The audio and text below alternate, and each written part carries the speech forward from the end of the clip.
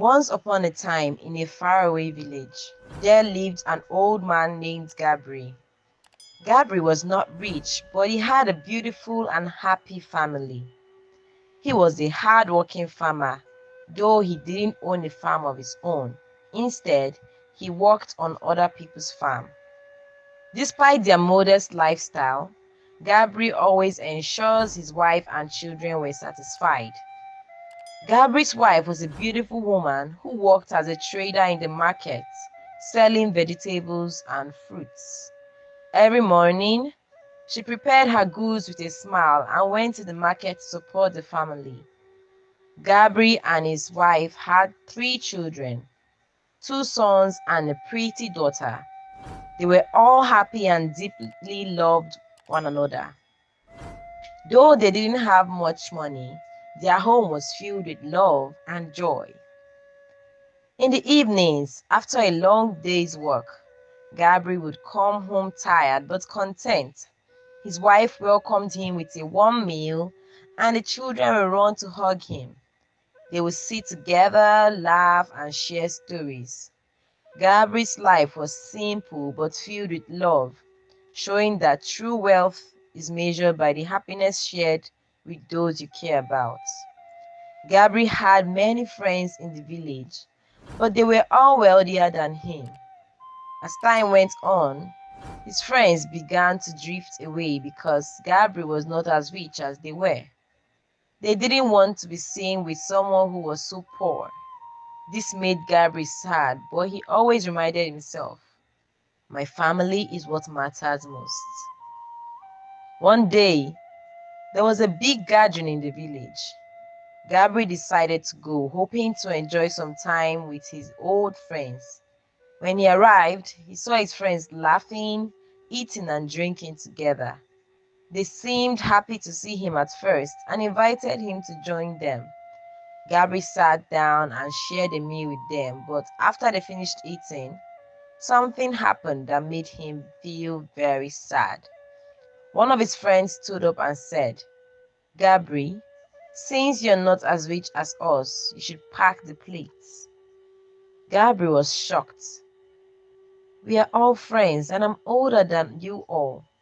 Just because I don't have as much money as you doesn't mean you can treat me this way. Everyone should pack their own plates," he replied.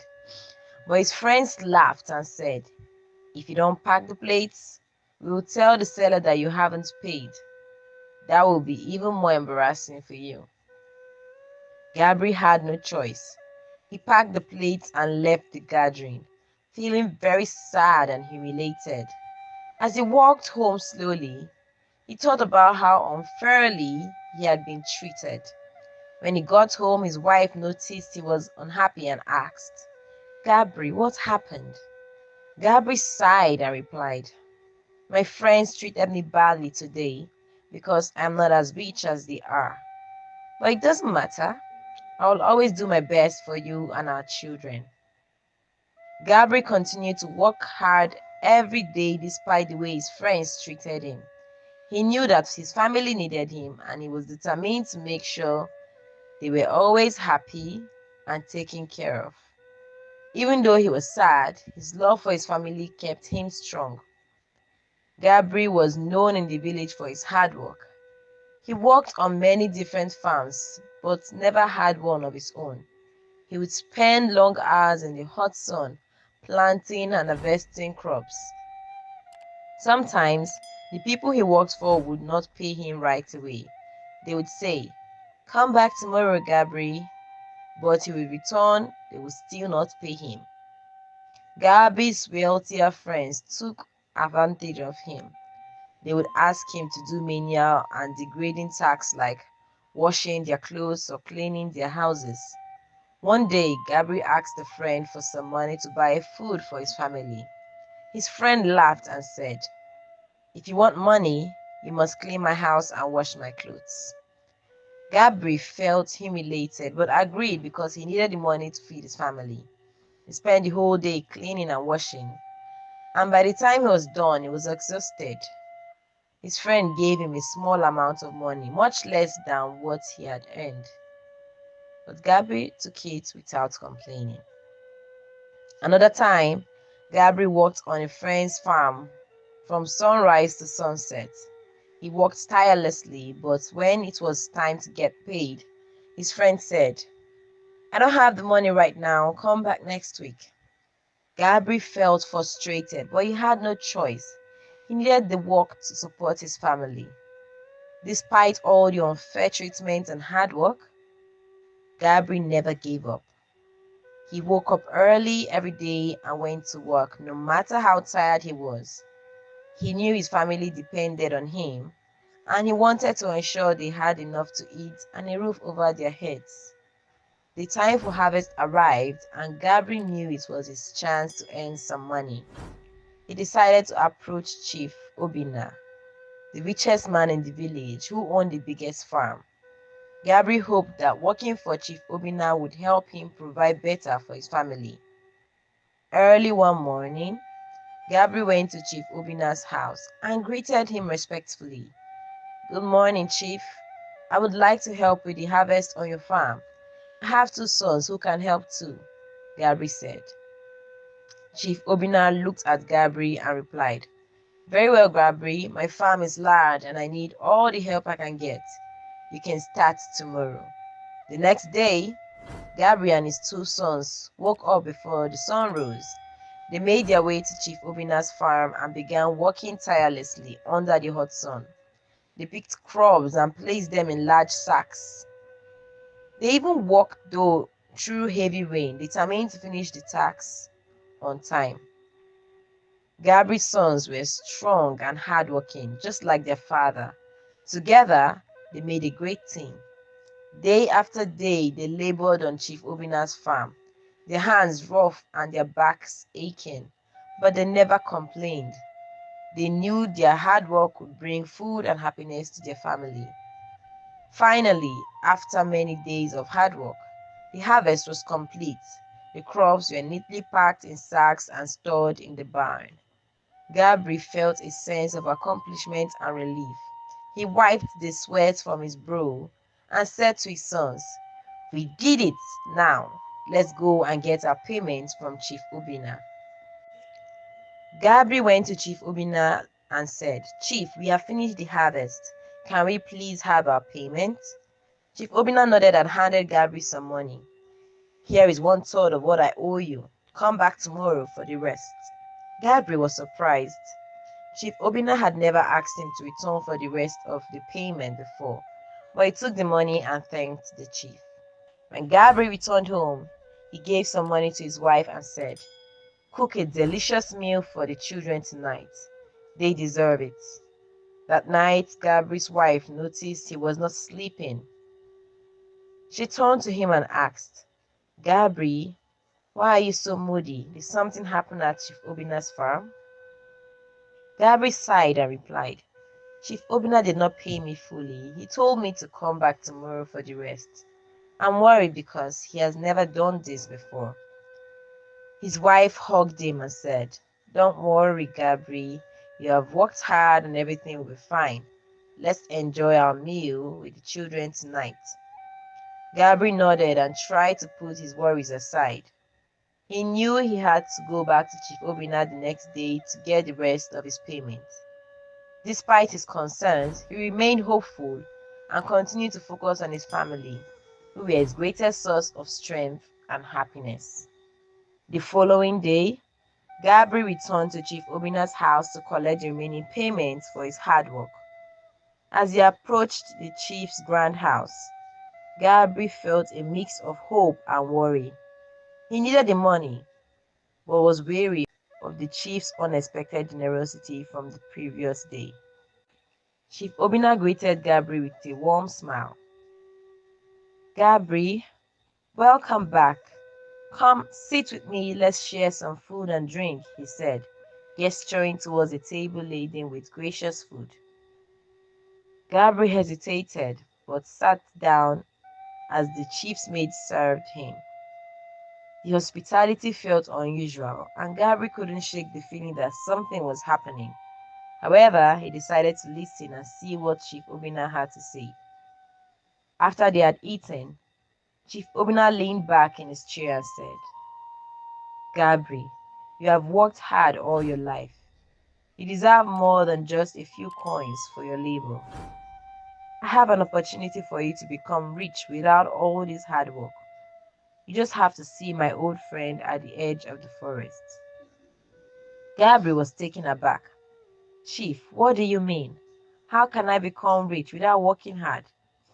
The chief smiled and replied, There is a way, Gabri. A way that requires a small ritual, but no bloodshed. You're getting older and soon you won't be able to provide for your family through physical labor. Think about it. Gabri's heart raced. The idea of becoming rich without hard work was tempting, but he was also cautious. I don't know, Chief. This sounds risky. What kind of ritual is this? Chief Obina reached into his robe and pulled out a large bundle of money. He handed it to Gabri and said, Here, take this. It's 10 times the amount I owe you. Think of it as a gift, a small taste of what you could have. Take your time and decide. There is no rush. Gabri's eyes widened at the sight of so much money. He had never seen such a large sum of money in his life. He took the bundle with trembling hands and thanked the chief. Thank you, Chief Obina. I will think about your offer and let you know my decision. As Gabri walked home, his mind filled with conflicting thoughts. The money in his hands fell heavy, and the offer weighed even heavier on his heart. When he arrived home, his wife saw the bundle of money and her eyes widened in surprise. Gabriel, where did you get all this money? She asked. Gabri sighed and explained everything that had happened. Chief Obina gave me this money and made an offer for easy riches. He said it involves a ritual, but no bloodshed. I don't know what to do. It's so much money and it could change our lives. His wife listened carefully, her face full of concerns. Gabri, this offer sounds too good to be true. We have always lived honestly and worked hard for what we have. Be very careful. Easy riches can bring great trouble. Gabri nodded, knowing she was right. I'll think about it carefully. We must not rush into anything that could harm our family. That night, Gabri lay awake, staring at the ceiling. The money was hidden safely, but his thoughts were far from peaceful. He knew he had to make a decision soon, but he wanted to ensure it was the right one for his family. The promise of easy riches was tempting, but the unknown risk kept him cautious. Gabri spent the next few days wrestling with Chief Obina's offer. The bundle of money was a constant reminder of the wealth that could be his. He thought about his family, his children's future, and the endless struggle they had faced. The temptation of an easy life was hard to resist. One evening, as the sun set, Gabri made up his mind. He decided to accept Chief Obina's offer, hoping it would bring prosperity to his family. He told his wife, I have made my decision. I will go to the forest's edge tomorrow and meet the old man for the ritual. His wife looked at him with worried eyes but nodded. Gabri, please be careful. Our family's happiness means more than wealth. Promise me you'll come back safe. Gabri hugged her tightly and promised, I'll come back safe. This is for our future.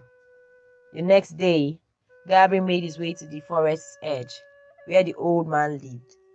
The forest was dark and thick with trees that seemed to whisper secrets. Gabri's heart pounded as he approached the old man's hut. The old man with a long white beard and white eyes greeted him. Gabri, Chief Obina told me you would come. Are you ready for the ritual? The old man asked. Gabri nodded, his voice trembling slightly. Yes, I'm ready. The old man led Gabri to a clearing in the forest. In the center of the clearing was a circle made of stones, and inside the circle were strange symbols drawn on the ground. The old man began to chant, his voice low and rhythmic, filling the air with an eerie feeling. Gabby stood in the circle, feeling a mix of fear and anticipation. The old man approached him with a small bowl of dark oil and said, "This ritual will grant you wealth without shedding blood. Rub this oil on your body and the gods will bless you." Gabriel took the oil and with trembling hands began to rub it on his skin. The old man continued to chant and the air around them seemed to shimmer. As Gabriel applied the oil, he felt a strange warmth spread across his body. The old man then placed his hands on Gabriel's head and said, "You have been chosen. The gods will grant you riches, but remember, there is always a price to pay.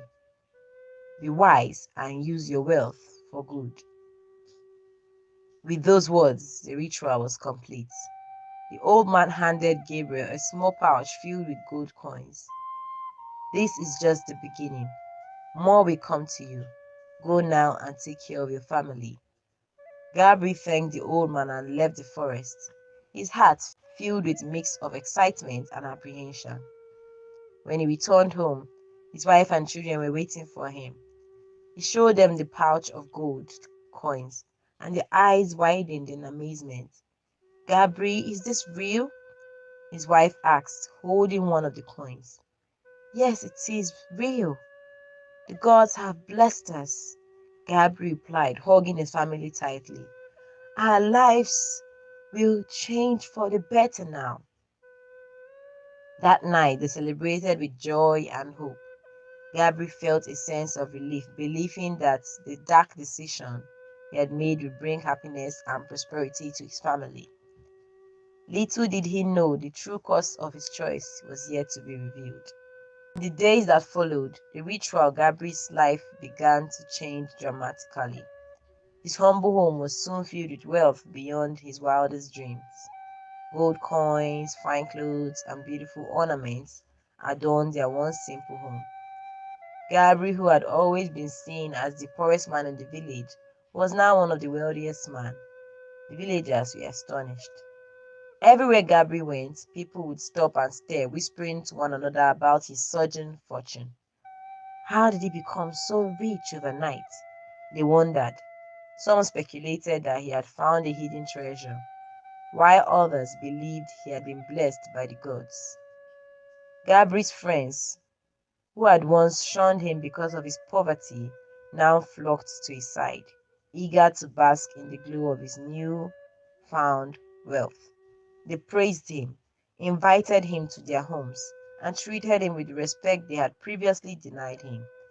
But Gabriel remembered how they treated him before, and he was cautious of his interactions with them. At home, Gabriel's family was overjoyed with their new lifestyle.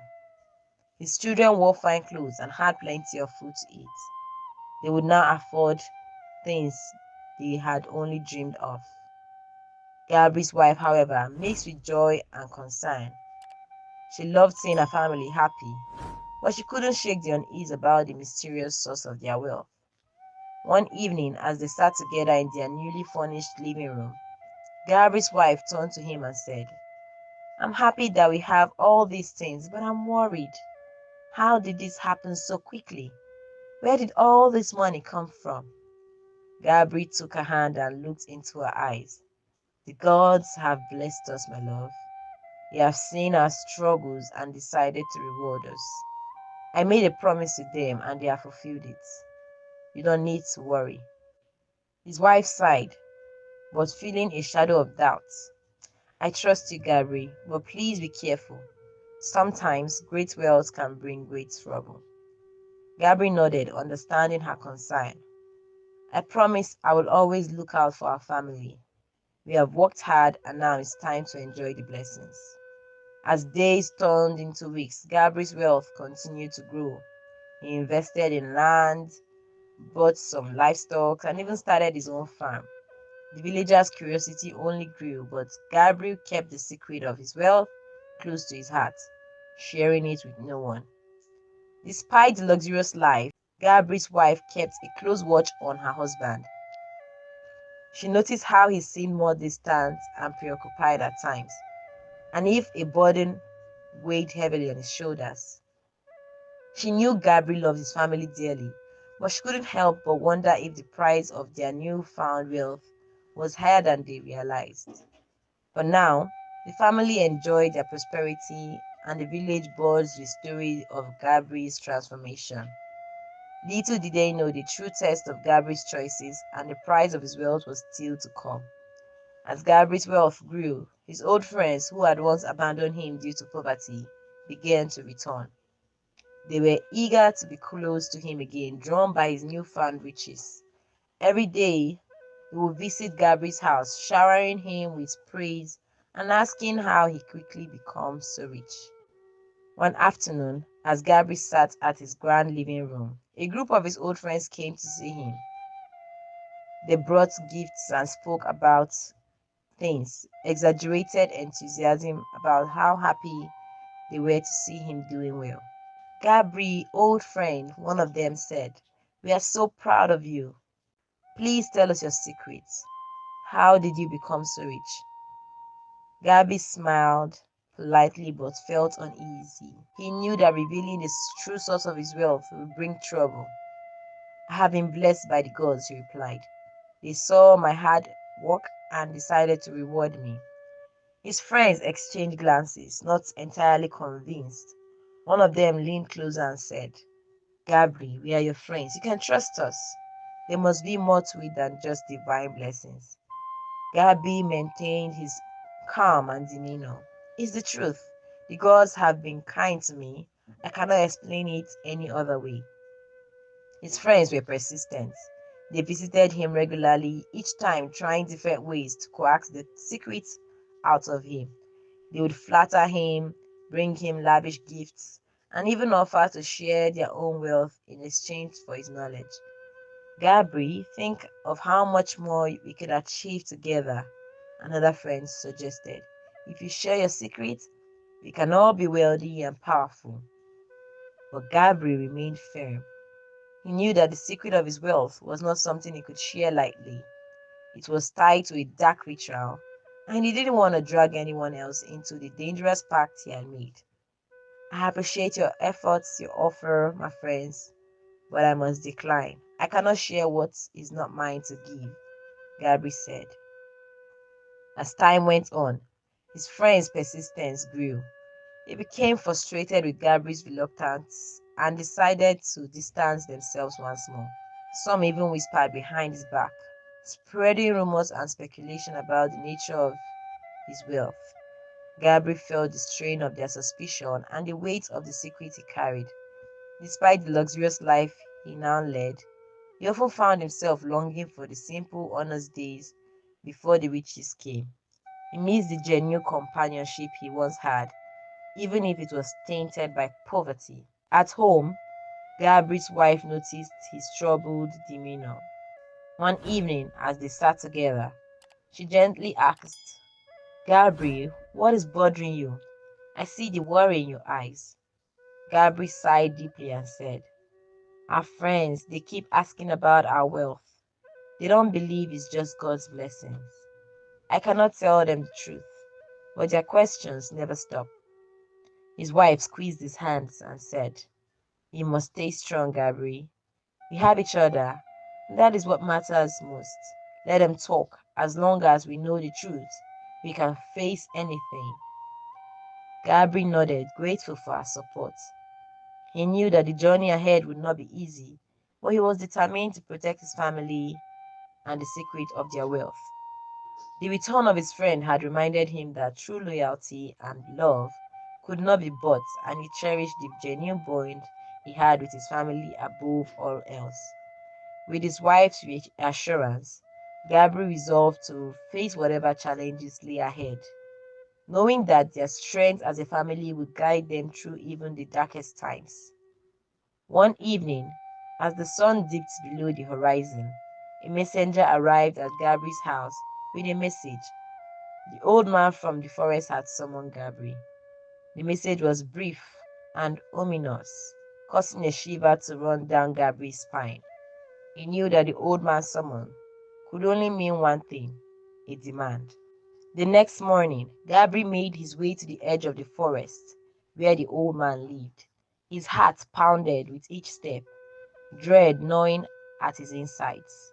When he reached the old man's hut, he found the old man waiting for him, his expression grave. "Gabri," the old man said, his voice as ancient as the trees around them, "the time has come for you to fulfill your part of the bargain. The gods demand a sacrifice." Gabri's heart sank. "What kind of sacrifice?" he asked, his voice trembling. The old man looked at Gabri with piercing eyes. "You must sacrifice your only daughter Amaka to the gods. It is the price for the wealth you have received." Gabri staggered back, his mind reeling with horror. "No, not Amaka. She's my only daughter. I cannot do this." The old man's face remained impassive. "If you do not fulfill the demands, you will lose everything: the wealth, your sanity, and your life. The gods will take back their blessings, and you will be left with nothing." Gabri felt as though the ground had shifted beneath him. The thought of losing Amaka was unbearable.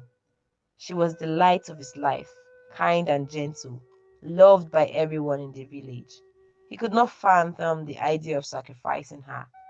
"Please, there must be another way," Gabri pleaded, his voice breaking. "I cannot harm my daughter." The old man shook his head. "There is no other way. You have 7 days to make your decision. If you do not sacrifice Amaka, the gods will take her themselves, and you will suffer the consequences."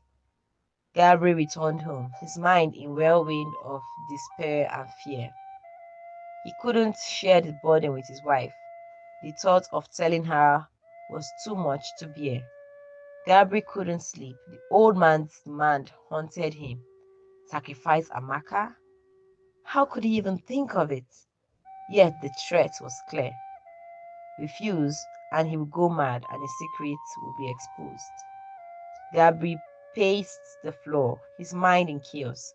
"I cannot do this to my daughter," he whispered to himself. But the fear of losing everything, his wealth and his sanity, gnawed at him. During the day, Gabri watched Amaka play, her laughter piercing his heart. "She is my only daughter," he thought. But then the old man's voice echoed in his head. "You have 7 days, or the gods will take her themselves." Gabri tried to rationalize. "I have 2 sons," he thought. "They can carry on the family name." He knew it was a terrible thought, but the fear of losing everything pushed him closer to making the unthinkable decision. His wife noticed his turmoil. "Gabri, what's wrong?" she asked. But he couldn't tell her. He just shook his head, muttering, "Everything will be fine." The days passed, each one heavier than the last. On the 5th day, with his heart breaking, Gabri finally decided to follow through with the ritual. The fear and the old man's threats left him feeling like he had no choice. He hoped that somehow this terrible act would protect the rest of his family, but the decision tore at his soul. He knew he would never be the same again. On the 5th night, Gabri's heart was heavy with dread. He prepared the drink and the black oil as instructed by the old man. His hands shook as he mixed the concoction, knowing the terrible purpose it served. Gabri found Amaka playing in their yard. "Amaka, come here," he said softly. She ran to him with a smile, trusting her father completely. "Drink this, my dear, and use this oil. It's very important," he said. Amaka hesitated but took the drink. "Okay, father," she said, trusting his words. She drank the potion and took the oil. As the potion took effect, Amaka fell unconscious. Gabri's heart broke. He carried her to the forest, each step feeling like a weight on his soul. Gabri reached the clearing where the ritual was to take place. He laid Amaka gently on the ground, her face peaceful and unaware of the horror about to unfold. He took a deep breath, his hands shaking as he prepared to complete the ritual by pounding her in the mortar that the old man had prepared. "I'm so sorry, Amaka," he whispered, tears streaming down his face. He knelt beside her, the weight of his decision crushing him. Just as he was about to proceed, a piercing scream shattered the silence. "Gabri, no!" It was his wife, her voice filled with desperation. She had followed him, suspecting something was terribly wrong. The villagers, awakened by her scream, rushed to the forest, their torches lighting up the darkness. They found Gabri kneeling over Amaka and quickly restrained him. His wife ran to Amaka, tears streaming down her face as she cradled her daughter. "What have you done, Gabriel?" she cried, her voice trembling with shock and grief. The villagers took Amaka to the herbalist, hoping to undo whatever had been done to her. Gabri was left behind, his heart shattered, enormity of his action, and the realization of what he had almost done. That night, Gabri was tied up and kept in his compound. The villagers guarded him, their faces filled with a mixture of anger and pity. Gabri's wife wept throughout the night, unable to comprehend how her loving husband could be driven to such a terrible deed. As the night light of dawn broke, the villagers gathered together outside Gabri's home, murmuring in disbelief and anger. Amaka had been taken to the herbalist, who was working tirelessly to reverse the effects of the ritual. Gabri's wife sat beside their daughter, her eyes, tears falling down silently, her heart breaking for what her husband had almost done. The villagers' anger grew as they learned more about Gabriel's actions. They couldn't understand how a man they had known all their lives could be driven to such horrific deeds. Their trust in him was shattered, replaced by a mix of outrage and sorrow. "Gabriel must face justice," one of the elders declared. "We must take him to the king." Bound and surrounded by the villagers, Gabriel was led to the king's palace.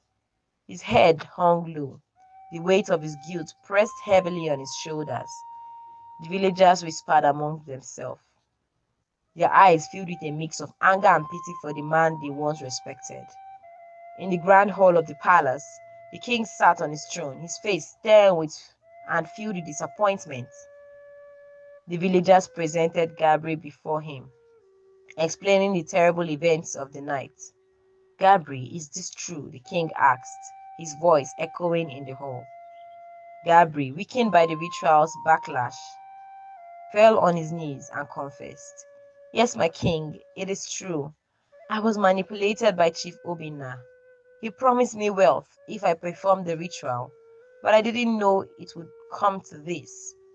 The king's eye narrowed. "Chief Obina, explain yourself."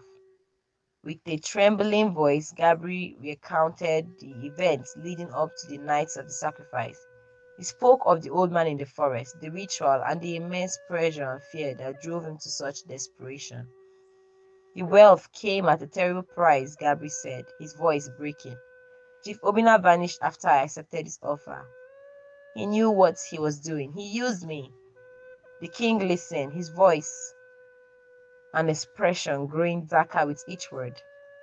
He turned to his guards. "Find Chief Obina. He must answer for his actions." But when the guards searched for Chief Obina, they found that he had already fled the village, leaving only the chaos and destruction he had orchestrated. "Gabriel, you have committed a grave sin," the king said. "But since you luckily did not take the life of your own daughter, thanks to your wife, I see the manipulation and fear that drove you. Your punishment will be severe, but your life will be spared. You will spend the rest of your days in prison, where your wife and children can come and see you often, but you will work to atone for your actions." Gabriel bowed his head, accepting his fate. "Thank you, my king," he whispered, tears streaming down his face. The villagers dispersed, their hearts heavy with the weight of what had transpired. Gabriel's wife returned to the herbalist's hut, where Amaka was slowly recovering. She knew their family would never be the same, but she held on to hope that they could find a way to heal. Gabriel was led to his prison cell. He felt a deep sense of regret. He had lost everything he had ever worked for, all the promise of easy riches, the love and happiness of his family, once his greatest treasure, had been shattered by his own choices. In his cell, Gabriel vowed to spend the rest of his life atoning for his sins, hoping that one day his family might find it in their hearts to forgive him. As Gabriel lay in his cell, the sounds of the village echoing faintly in the distance, he found a measure of solace. He had paid a high price for his wrong choices, but he hoped that his story would serve as lessons to others. The love of family and the integrity of one's character were treasures far greater than any amount of gold. Gabriel's tale spread throughout the village, a reminder of the dangers of greed and the true meaning of wealth. Though he spent his remaining days in captivity, Gabriel's heart found some peace in knowing that his family had forgiven him and moved on to live good, honest lives. I hope you enjoyed the story. If so, please like the video, comment what you learned from the tale, and don't forget to subscribe to my channel for more interesting stories just like this one. Thank you.